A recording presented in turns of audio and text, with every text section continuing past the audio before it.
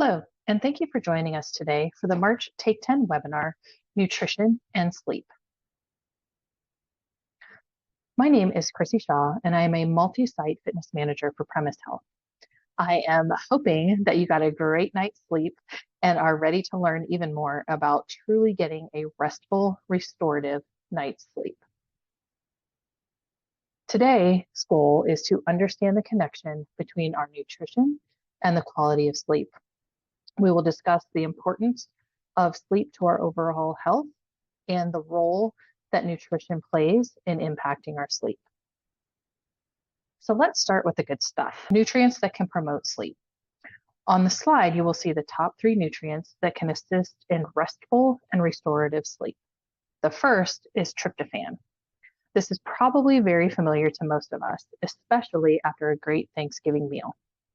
Tryptophan is an essential amino acid that the body uses to produce serotonin and melatonin. Serotonin is a neurotransmitter that is responsible for regulating our mood, reducing anxiety, depression, and stress, which makes sense to want this neurotransmitter in action as we prepare for our sleep. Melatonin levels are naturally higher at night as it also plays a role in our sleep-wake cycle. So we want to be sure that we are activating these neurotransmitters. To do so, choose food sources like turkey, chicken, eggs, or cheese. The next key nutrient is magnesium. Magnesium is key in activating our relax and chill neurotransmitters, as well as helping to maintain healthy levels of GABA. GABA is gamma aminobutyric acid, is like serotonin in its ability to reduce anxiety and stress and helps to improve mood and sleep quality by reducing our cortisol levels.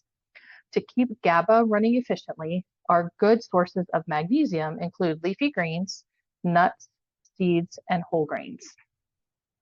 Now let's move to number 3 on this list of top 3 nutrients key to sleep quality, and that nutrient is calcium. The sources of calcium are pretty familiar to us as it can be found in dairy, leafy greens, fortified plant-based milk. What you may not know is that calcium helps the brain to use tryptophan to produce melatonin.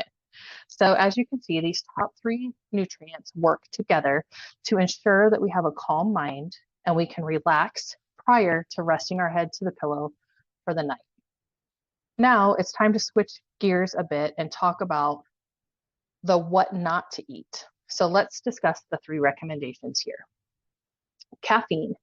Caffeine is a stimulant which by nature increases alertness and delays the onset of sleep, especially if it's consumed too late in the evening.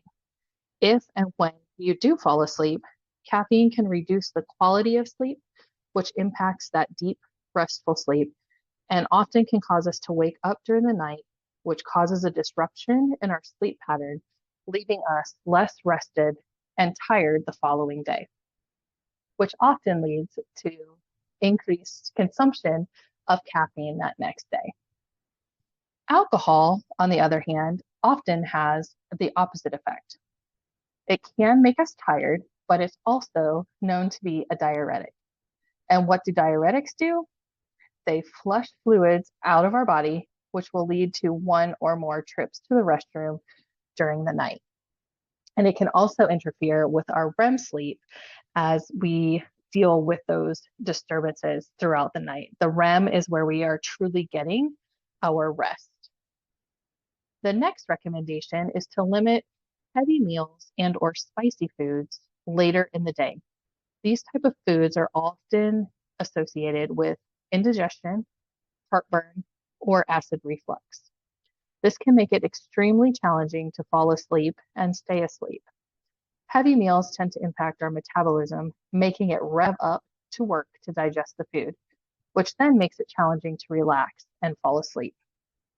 Spicy foods are often where the heartburn or acid reflux come into play, but also depending on your body's reaction, can raise your body temperature, leading to night sweats, which leads to disruptive sleep. So we've talked about The good foods. We've talked about the bad foods. Now let's discuss how to put it all together for success. So first, meal timing. Find consistency or schedule in your meals. Eating meals at or near the same time daily allows your body to regulate its internal clock, which can also help to improve our quality of sleep. Aim to have your 3 meals a day at regular intervals. Also, using the idea of a light dinner can help us with the impact to our metabolism and digestion later in the evening. Do your best to have your final meal at least 2 to 3 hours before bedtime to allow the body to digest and start to wind down for the evening. Hydration is another key to success. I am very guilty for this and often pay for it later when I'm trying to sleep. I tend to catch up at the end of the day because I'm not successful during my day in taking the needed water throughout my day. Like timing your meals, I would recommend trying to time your hydration. Do your best to hydrate throughout the day to avoid dehydration, which can lead to headaches, which often leads to a non-restful sleep. And if we are playing catch up at night, we are likely to have intermittent sleep due to waking up for the restroom.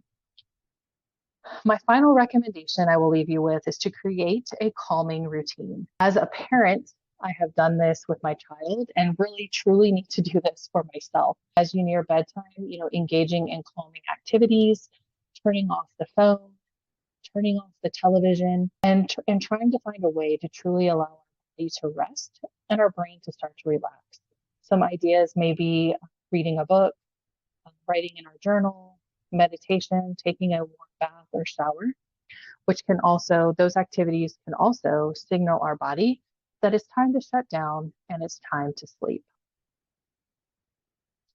Thank you so much for joining us today for the Take 10 webinar on nutrition and sleep. We look forward to seeing you next month and have a great day.